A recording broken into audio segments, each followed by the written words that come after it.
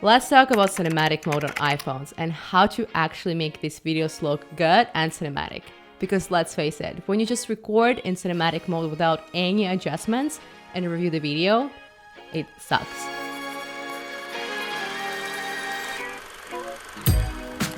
Hi, if you don't know me, my name is Kate and welcome to my channel. In here we talk everything around smartphone video making and content creation. iPhone cinematic mode. Wow, I had such high expectations when I was just getting my iPhone 13 that I'm actually using right now to film this video. So would you notice a difference from my previous videos? Let me know in the comments below. So yes, I was expecting something unreal when I watched the iPhone commercial, but in reality, when I just got this phone, unpacked it, it was the first thing that I tested, and I was a little bit disappointed, just to put it that way. But I didn't realize that you actually need to make a few adjustments to make these videos look much better and cinematic. So let's talk about that today. Let me first switch to my Sony camera so I can demonstrate you what I do on my iPhone. And here's a video coming from my A7 III camera with Sigma 24-70 lens. Let me know if iPhone 13 video is standing anywhere close to the camera. Probably not yet. Otherwise I would be so sad that I spent so much money on this camera. Okay, let's get into it. I don't want to waste your time. I'm just gonna start the screen recording and I will show you exactly what I do on my screen. My first step is actually decrease the exposure. You probably heard this one. It's applicable also to photos and normal videos, just because iPhones make its photos and videos super bright, and the same thing applies to cinematic mode. You probably know that in videos and photos, you just tap on the screen until you see the yellow rectangle and the yellow sun icon. You just tap on the screen and drag it down until you're satisfied with the result. On cinematic mode, it's done a little bit differently. You just swipe with your finger up until you see there is the plus and minus in a circle, and you tap on it and you just move the cursor. I like to set mine to probably 0.7 to 1 depending on situation, and I actually already set up this preset just because it's probably more convenient than just every time adjusting it. So when you go to settings and to your camera, you will be able to select the same settings. And this also applies to the next tip I'm going to be talking about. And the second tip is to adjust the aperture. Aperture is pretty much how blurry your background is or how much depth of field there is. The thing about cinematic mode on iPhones, they imply that cinematic is, what it means is that it looks more like in movies.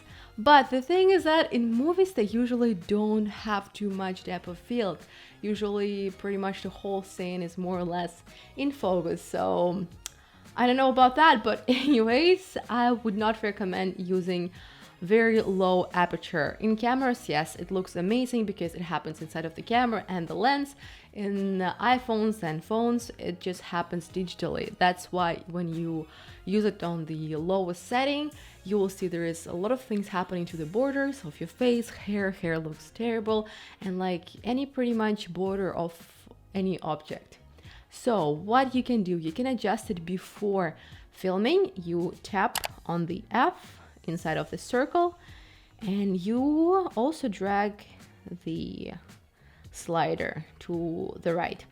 I myself like to film probably between 4 to 5, but the cool thing about iPhones in cinematic mode is that you can adjust it later on when you add it. That's the cool thing about doing it digitally. In the cameras, you cannot do that. You have to select it before you film. And to do that in editing, and this is tied to the third tab to edit the cinematic mode videos, but also not just edit and change the exposure and aperture that a lot of people might know about, but it's using the keyframes. You might have seen this in the movies when there is a focus that is shifting from one object or subject to another one. So let's say there is a person standing in focus, and then this person becomes out of focus, and they show another person walking in or doing something at the background that becomes in focus, and the first person is out of focus. You can do exactly the same thing in editing in cinematic mode. Let's go ahead and tap edit. And here I can select what I want to be in focus, either myself or the vase or the candle. It automatically detects a face, but let's say I want this vase to be in focus. So I tap on the vase and I hold it until I see the yellow square appear. And now let's see the candle instead, the book, you name it. Here we go.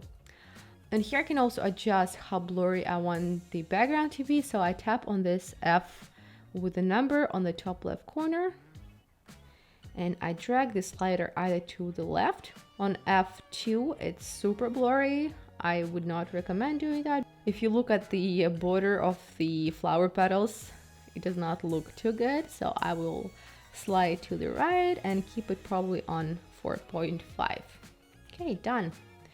That I feel a lot of people don't know about is to adjust the blurriness throughout the video. So let's say first one object's in focus, and then you switch it to another person, and then back to the first person. Like here, when I walk in, I actually want myself to be out of focus in here. So what I'll do in here, I will set the focus on the vase, and you will see the little yellow circle with a dot appear. So that means that it's locked, it's a keyframe. And then a bit further, when I sit down, let's say maybe here, I want that to switch to me. Okay, let's watch it. I'm out of focus. And then when I sit down, I become in focus. I hope you found this video helpful. I will be making another video on how to make your videos more cinematic using movement and other tricks, so stay tuned for that. See you soon.